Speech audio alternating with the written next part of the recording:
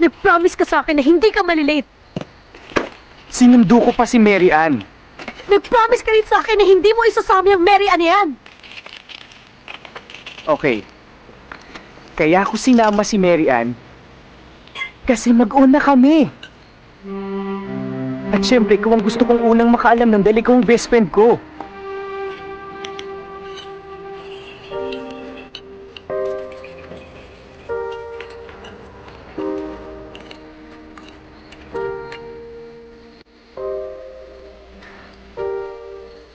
Get out of my way.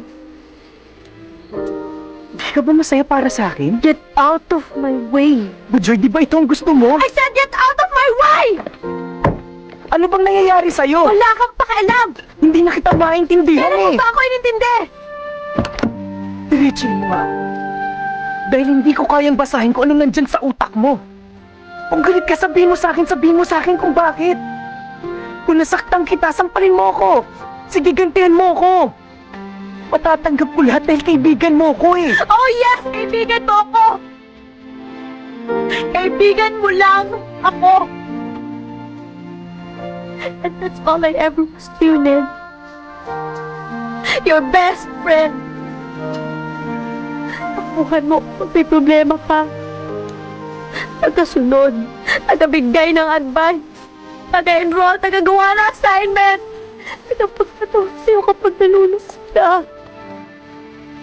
Tagatanggap ng kahit na ano.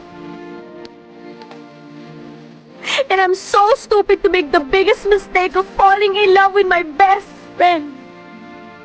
Dahil kailan. Hindi mo naman ako makikita eh. Kahit kailan hindi mo ako kayang mahalin. Dahil pa sa isang pipitan. Joy. Joy.